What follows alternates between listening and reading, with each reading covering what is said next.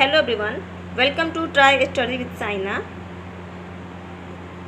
तो आज जो मैं क्लास लेके आई हूँ ना, ये मैं उन स्टूडेंट्स के लिए लेके आई हूँ जिन्होंने मुझे कमेंट किया था कि वो AEDO एग्ज़ाम्स की प्रिपरेशन कर रहे हैं। तो मैं कहूँगी कि आज की क्लास जो है ना उन सभी के लिए इम्पोर्टेंट है जो BPSC, SSC या फिर AEDO जैसे एग्ज़ाम्स की प्रिपरेशन कर रहे हैं। तो आज हम ऐसे GK GS के महत्वपूर्ण प्रश्न लाए हैं जो आपकी परीक्षा में पूछे ही जा सकते हैं। ऐसे क्वेश्चंस, अगर आपका लक्ष्य भी जो है सरकारी नौकरी को पाना है तो याद रखिए कि आपको रोज़ जो है ना सिर्फ 1 से 1.5 घंटा 2 घंटा भी अगर आप पूरी कंसिस्टेंसी के साथ, पूरी ईमानदारी के साथ अगर आप पढ़ते हैं ना तो आपको सफलता जो है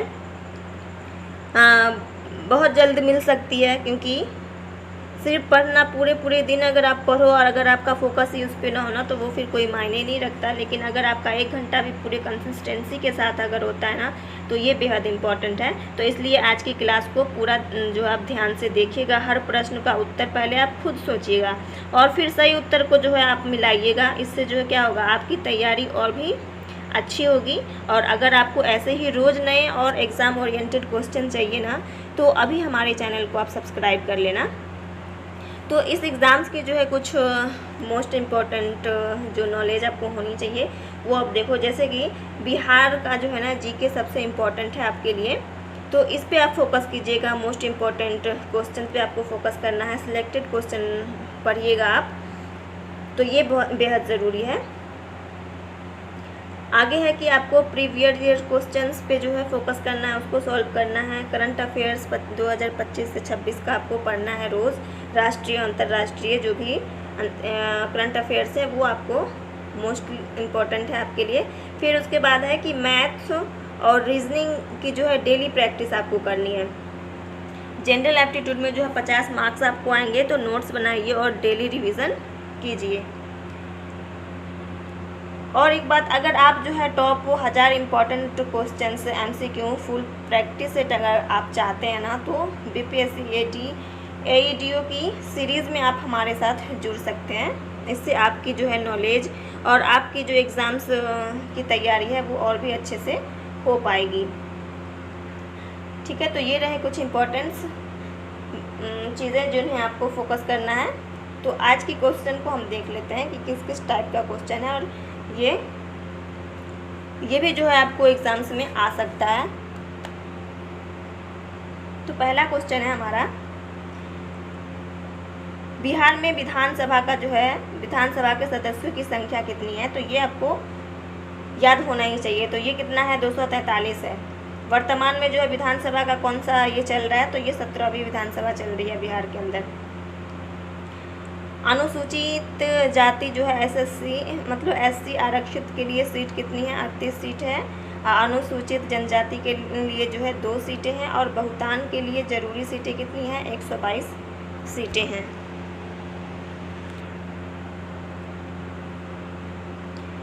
अगला क्वेश्चन है, बिहार की कौन सी नदी गंगा की सहायक नदी है? तो बिहार की वो कौन सी नदी है जो गंगा की सहायक नदी है? तो वो नदी है कोसी नदी। आपको पता है कि कोसी नदी को जो है बिहार का शोक क्यों कहा जाता है? अगर आपको पता है ना तो आप आंसर कमेंट में ज़रूर देना। उत्तर से गंगा में मिलने वाली नदियाँ कौन कौन सी हैं? जो उत्तर की ओर से गंगा में मिलती है वो सहायक नदियाँ कौन कौन सी है? तो ये आपको याद होना चाहिए।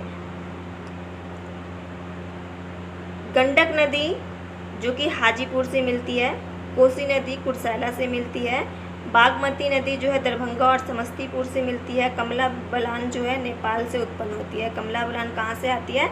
ये नेपाल से आती है।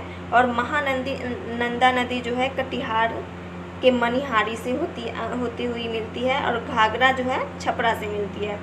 तो ये कुछ जो है इम्पोर्टेंस चीज़ें हैं जो बेहद इम्पोर्टेंट रहेगा आपके एग्ज़ाम्स के लिए। क्योंकि अक्सर जो है ना कॉम्पिटिटिव एग्ज़ाम्स में नदियों के बारे में बहुत आता है, तो ये बेहद इम्पोर्टेंट सवाल है आपके लिए।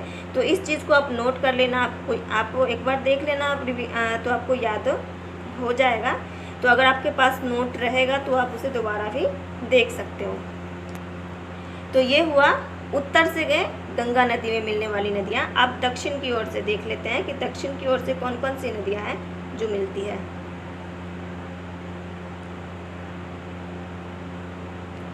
दक्षिण से जो है गंगा में मिलने वाली नदियाँ हैं सोन नदी जो कि दानापुर एवं मनेर के बीच से मिलती है। पुनपुन नदी कहाँ से मिलती है? पटना में जाकर मिलती है। कर्मनासा जो है बक्सर से मिलती है। फल्गु कहाँ मिलती है? पटना में मिलती है।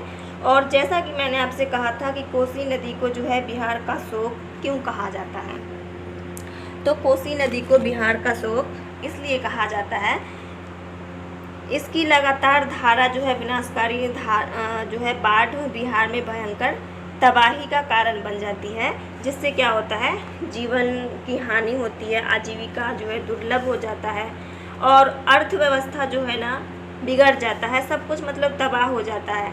तो इसलिए जो है ना कोसी नदी को बिहार का शोक माना गया है, शोक कहा जाता है। लेकिन इसके कुछ फ़ायदे भी हैं। जब कोसी नदी शांत रहती है तो ये उपजाऊ मिट्टी जो है देती है, जिससे खेती अच्छी होती है। और इस कोसी नदी को जो है मिथिला की लाइफलाइन भी कहा जाता है।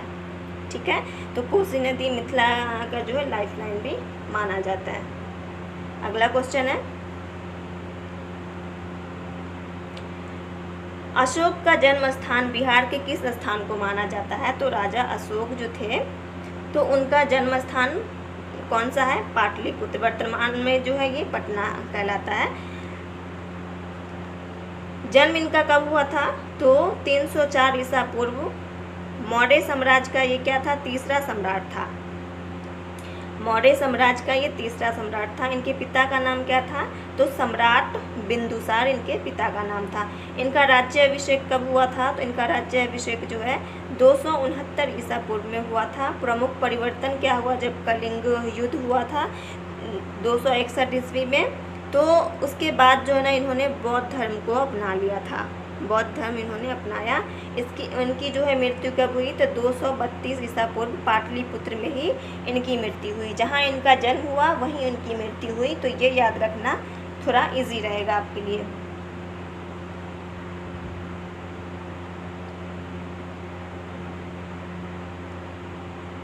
अगला क्वेश्चन है, गंगा नदी बिहार के किस जिले में प्रवेश करती है? तो गंगा नदी जो है ये बिहार के किस जिले से प्रवेश करती है? तो बक्सर जो है, बक्सर के चौसा गांव से बिहार में प्रवेश करती है गंगा नदी। और इसकी लंबाई क्या है? तो बिहार में कुल लंबाई इसकी 320 किलोमीटर है। अगला क्वेश्चन है, पुनपुन नदी क्या है? पुनपुन नदी जो है वो क्या है? बिहार की एक महत्वपूर्ण नदी जो कि गंगा में मिलती है।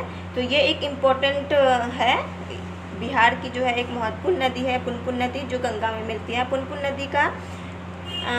नदी गंगा नदी की एक प्रमुख सहायक नदी है जो झारखंड और बिहार राज्य से होकर बहती है।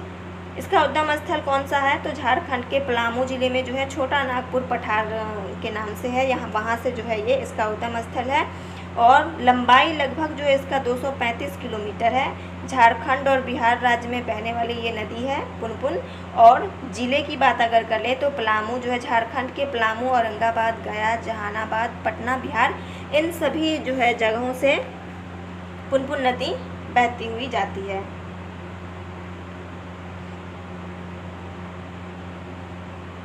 अगला क्वेश्चन है, कौन सी नदी बिहार और पश्चिम बंगाल के बीच सीमा बनाती है? वो कौन सी नदी है जो बिहार और पश्चिम बंगाल के बीच सीमा बनाती है? तो वो नदी है महानंदा नदी। याद रखना है आपको कि बिहार और पश्चिम बंगाल के बीच सीमा बनाती है जो वो नदी कौन सी है? तो ये है महानंदा नदी। बिहार और पश्चिम बंगाल के बीच सीमा बनाने वाली नदी है। उद्गम स्थल इसका है पश्चिम बंगाल के दार्जिलिंग जिले में हिमालय की और भारत नेपाल की सीमा की तलहटी और भारत नेपाल की सीमा के बीच बहने वाली नदी है। ये कुल लंबाई इसका क्या है? 376 किलोमीटर। बहाव क्षेत्र क्या है इसका? तो इसका बहाव क्षेत्र है बिहार, पश्चिम बंगाल, बांग्लादेश। और गंगा में जो है इसका संगम कहाँ होता है? गोदावरी घाट से होता है इसका संगम गंगा में।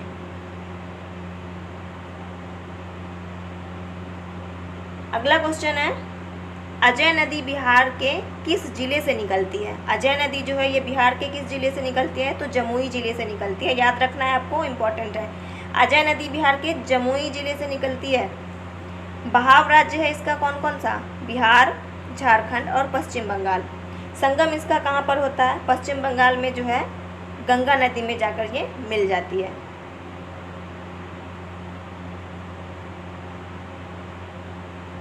अगला क्वेश्चन है, बिहार में दियारा भूमि का निर्माण किससे होता है? दियारा भूमि क्या है? तो दियारा भूमि का निर्माण किससे होता है? नदियों द्वारा जो मार्ग बदलने और बाढ़ से होता है दियारा भूमि का निर्माण। और बिहार में गंगा नदी से क्या होता है? सबसे अधिक होता है। दियारा भूमि का जो निर्माण है ये गंगा नदी से सबसे अधिक होता है और ये रेत के जमाव से बनता है। जो रेतें जमती है पानी के साथ, जो धाराएं बहती है उसके साथ जो रेत बहती है ना, वो रेत जब जमती है ना तो वही दियारा भूमि कहलाती है। इस भूमि में क्या होता है? उपज अच्छा होता है।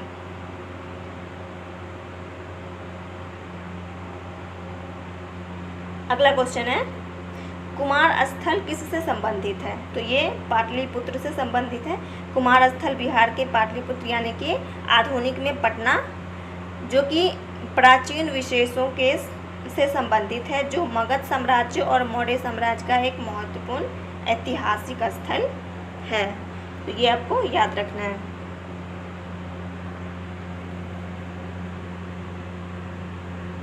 अगला क्वेश्चन है,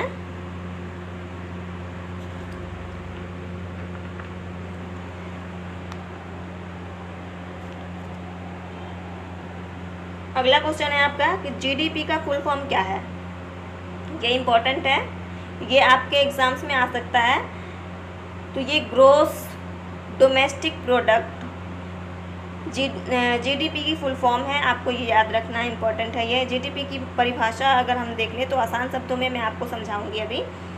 तो जीडीपी यानी सकल घरेलू उत्पाद, इसका ये हिंदी मीनिंग होता है किसी देश की जो है सीमाओं के अंदर, यानी कि एक साल या एक तिमाही में बनी सभी वस्तुओं यानी जो भी सामान बनता है और सेवा यानी कि सर्विस का कुल बाजार मूल्य क्या होता है, उसे को जो है जीडीपी कहा जाता है। जैसे कि सकल मतलब कुल यानी टोटल, घरेलू उत्पाद यानी घरेलू क्या मतलब ये नहीं कि अब मेरे घर में जो बना उसका ये मतलब नहीं होता। घरेलू मतलब क्या, ये देश की बात हो रही है तो ये देश के अंदर की बात है।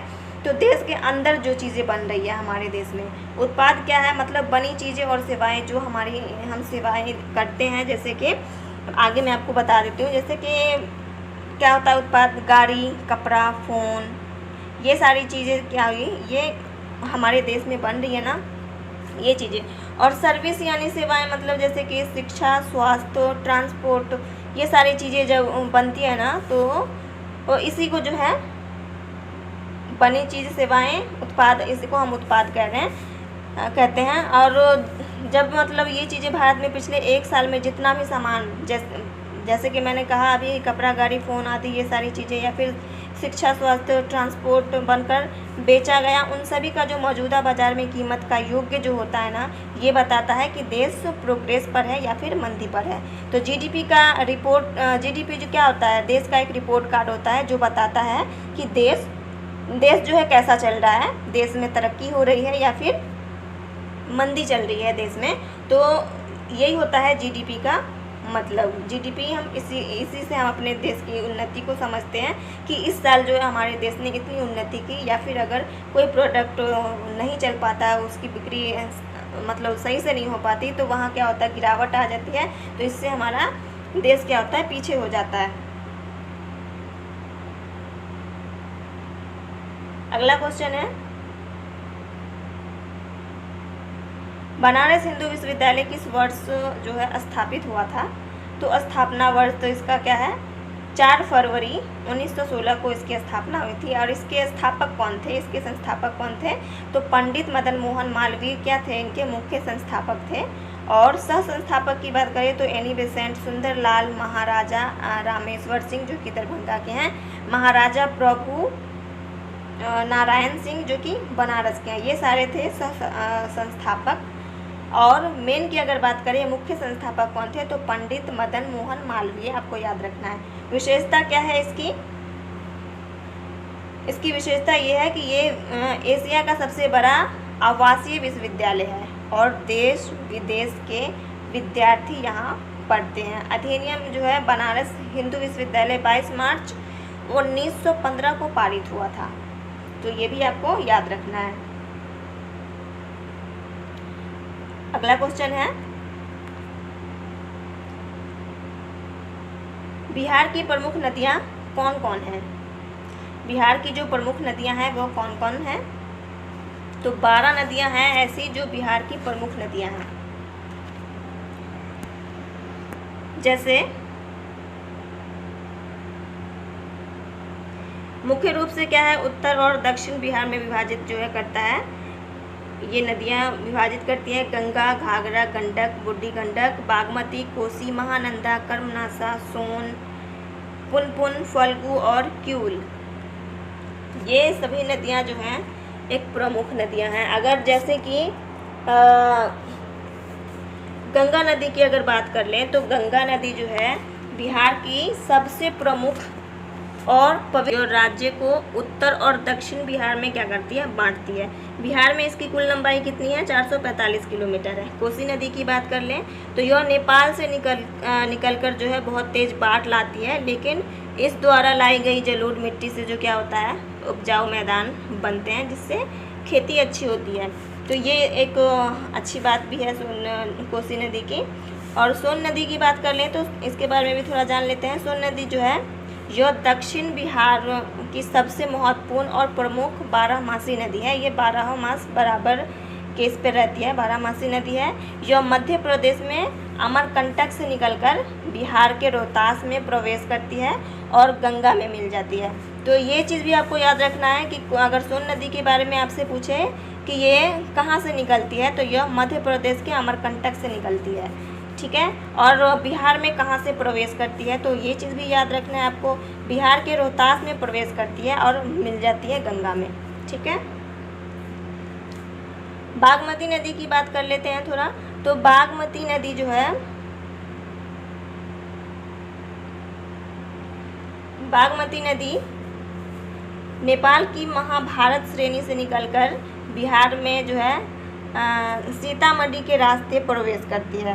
बागमती नदी सीतामढ़ी के रास्ते बिहार में प्रवेश करती है। काठमांडू शहर जो है ये बागमती नदी के ही तट पर स्थित है। काठमांडू क्या है, तो ये नेपाल की राजधानी है। घाघरा नदी की बात थोड़ा कर लेते हैं। तो घाघरा नदी को जो है उत्तर प्रदेश में सरयू के नाम से भी जाना जाता है। तो इस नाम को भी आपको याद रखना है कि घाघरा को उत्तर प्रदेश में और किस नाम से जाना जाता है, तो सरयू नाम से जाना जाता है। यह बिहार और उत्तर प्रदेश की सीमा पर बहती हुई जो है छपरा के पास गंगा में मिल जाती है। तो ये जो है बिहार और उत्तर प्रदेश की सीमा पर बहती हुई छपरा के पास जो है ये गंगा में मिल जाती है, ठीक है।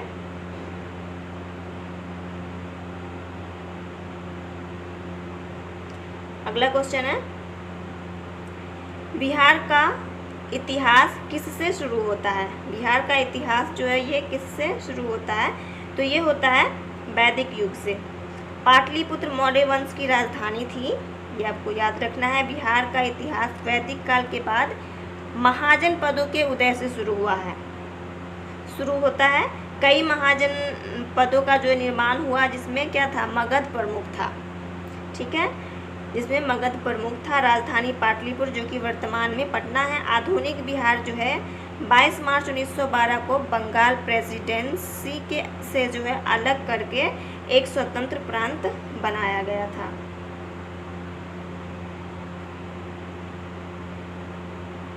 अगला क्वेश्चन है, स्वतंत्रता संग्राम में बिहार का योगदान क्या है? स्वतंत्रता संग्राम में बिहार का योगदान क्या है? तो 1857 की जो क्रांति हुई, ये चंपारण सत्याग्रह और भूमिगत परिवार, ये सारे क्या है, स्वतंत्रता संग्राम में बिहार के योगदान है, प्रमुख योगदान है ये। तो 1857 की क्रांति में जो है क्या हुआ था, कुंवर सिंह के नेतृत्व में जो है आरा से जो है विद्रोह देवगढ़ के रोहिणी गांव से शुरू हुआ था, जो कि ब्रिटिश शासन के प्रति पहला विद्रोह था। 1857 का जो विद्रोह था ये ब्रिटिश शासन के विरोध में पहला विद्रोह था, ठीक है। चंपारण सत्याग्रह जो है ये गांधी जी ने नील की खेती के शोषण के खिलाफ किया था। तो ये कब हुआ था, 1917 में हुआ था और चंपारण सत्याग्रह किया गया था। ये किसके नेतृत्व में हुआ, ये महात्मा गांधी के नेतृत्व में ये भारत का पहला सत्याग्रह था, ठीक है, आपको याद रखना है। भूमिगत आंदोलन जो है कब हुआ था, तो ये 1942 में जो है भारत छोड़ो आंदोलन में क्या हुआ था, जयप्रकाश नारायण के नेतृत्व में बिहार ने गुप्त रूप से संघर्ष किया था। तो द्वितीय विश्व युद्ध में जो है गुप्त आंदोलन ये रहा। तो ये तीनों जो है ना प्रमुख आंदोलन है स्वतंत्रता संग्राम में बिहार का। ठीक है,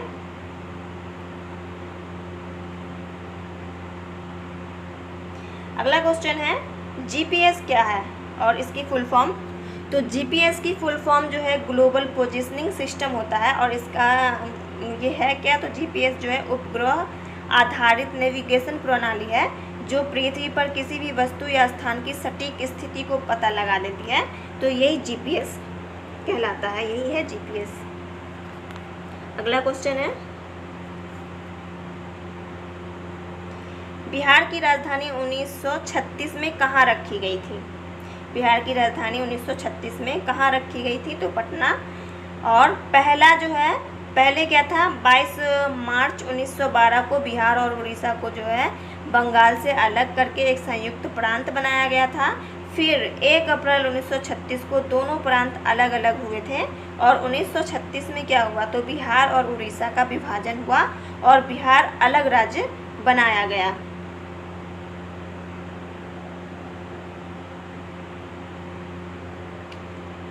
भारत का प्रथम गवर्नर जनरल जो है वो कौन था।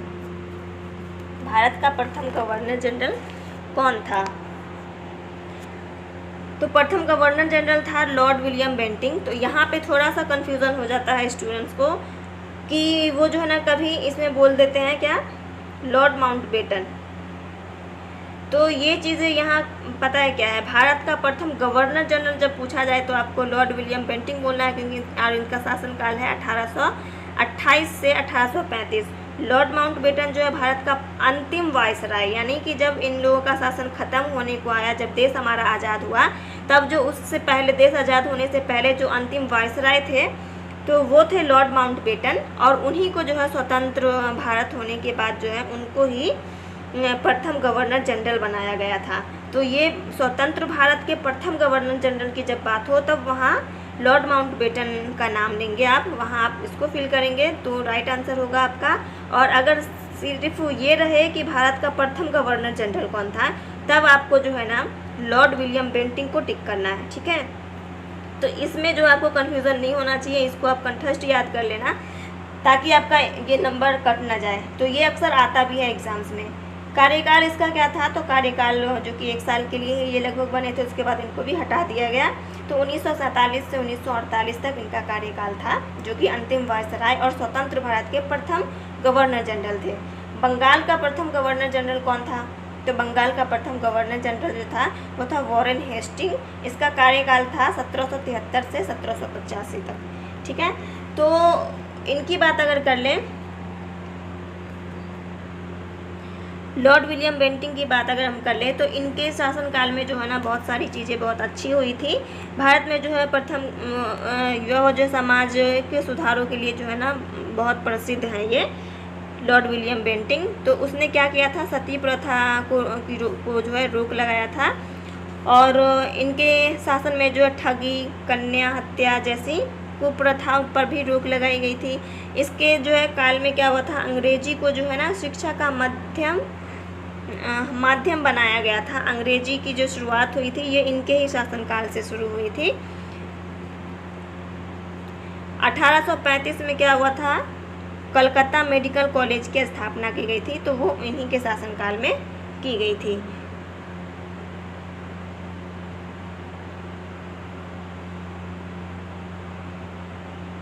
अगला क्वेश्चन है साइंस एंड टेक्नोलॉजी में क्या पूछा जाता है। तो ये चीज़ बहुत इंपॉर्टेंट है, आपको इस चीज़ों पे बहुत ही ज़्यादा मेहनत करनी है, बहुत ही इंपॉर्टेंट है ये टॉपिक। इनमें से आपको कितना टॉपिक